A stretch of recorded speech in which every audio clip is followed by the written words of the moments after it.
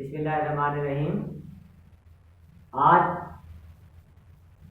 Government نے علامہ سعد رضوی جو کہ تحریک لبیک پاکستان کے چیئرمین ہیں انہیں گرفتار کر کے ایک نادانشمندانہ قدم اٹھایا ہے۔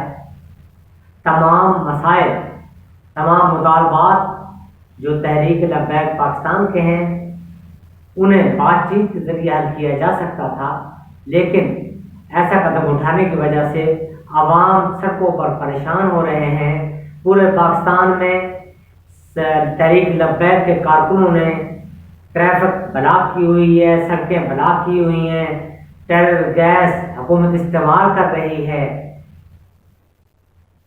تو ایسے حالات میں ملک کو خانہ جنگی کی طرف لے جانا کیا دانشمندی ہے؟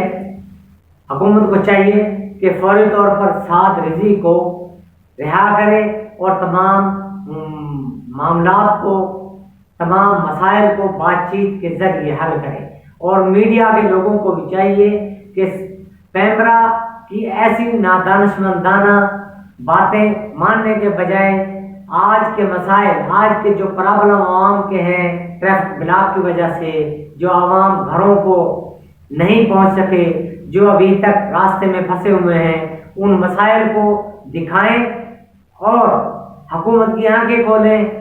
حکومت سعد رضوی کو فوری طور پر رہا کرے اور عوام کو مشکلات سے نکالے۔